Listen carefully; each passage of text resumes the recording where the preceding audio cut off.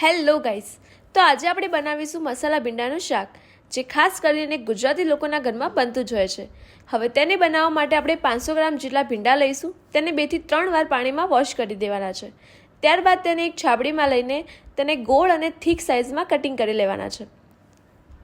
તમે જોઈ શકો છો આપણા ભીંડા કટિંગ થઈને રેડી થઈ ગયા છે. ત્યારબાદ હવે 7 થી 8 લસણની કળી, એક આદુનો ટુકડો લઈને આપણે એક પેસ્ટ બનાવવાની છે.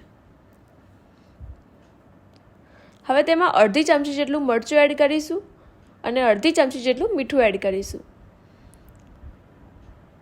હવે તેને વાટીને આપણે એક પેસ્ટ બનાવવાની છે, જેથી શાકનો ટેસ્ટ ખૂબ જ સરસ આવે છે.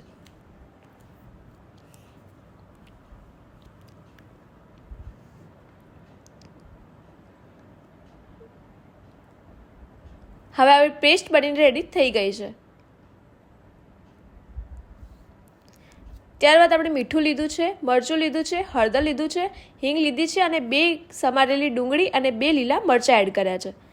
ત્યારબાદ એક પેન લેવાનું છે, તે ગરમ થાય ત્યારબાદ તેમાં 2 ચમચા જેટલું તેલ એડ કરીશું. ત્યારબાદ તેમાં તજપત્તા, 2 લવિંગ અને 1 તજનો ટુકડો એડ કરીશું. ત્યારબાદ તેમાં ડુંગળી અને મરચાં એડ કરીશું. હવે તેને ચમચા વડે સાતળી લઈશું. તેની કચાશ દૂર ન થાય ત્યાર સુધી તેને સાતળવાનું છે.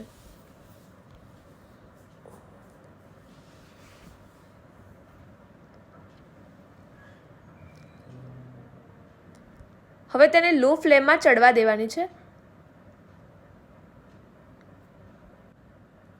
તેને અચકચી જ રાખવાની છે. હવે ડુંગળી ચડી જાય ત્યારબાદ તેમાં આપણે બનાવેલી પેસ્ટ એડ કરીશું. હવે તેને પણ આપણે ચમચા વડે સાતળી લઈશું.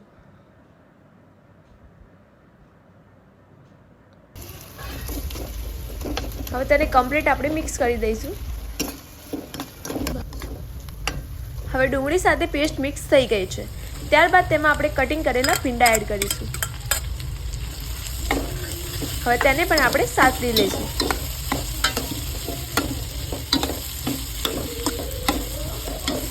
હવે મસાલો અને બંને મિક્સ ન થાય ત્યાર સુધી તેને હલાવવાનું છે ચમચા વડે.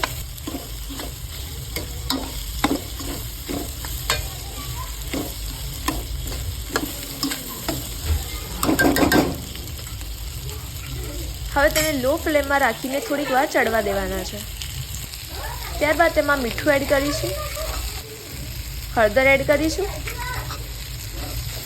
અને તેને ચમચા વડે હલાવી દઈશું. મરચું આપણે લાસ્ટમાં એડ કરવાનું છે.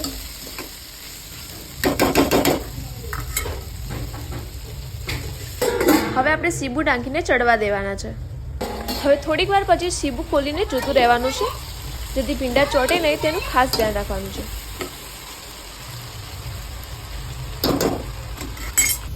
હવે તેમાં 2 ચમચી જેટલું મરચું એડ કરવાનું છે.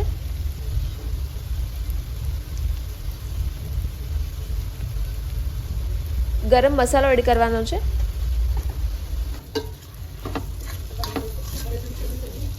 ત્યારબાદ તેને ચમચા વડે હલાવી દઈશું. હવે તેને સીબું ઢાંકીને થોડીક વાર ચડવા દેવાના છે. હવે સીબું ખોલીને જોવાનું છે કે ભીંડા ચડ્યા છે કે નહીં. લગભગ ભીંડા તો ચડી જ ગયા હશે. હવે તેને ચમચા વડે મિક્સ કરી દઈશું. આપણા ભીંડાનું શાક રેડી થઈ ગયું છે. ત્યારબાદ તેને એક પ્લેટમાં લઈને સર્વ કરી દઈશું. આ ભીંડાનું શાક તમે રોટલી કે પરાઠા સાથે ખાઈ શકો છો. ખૂબ જ સરસ લાગે છે. જો તમને વિડીયો ગમ્યો હોય તો લાઈક કરો, શેર કરો એન્ડ સબસ્ક્રાઈબ કરો.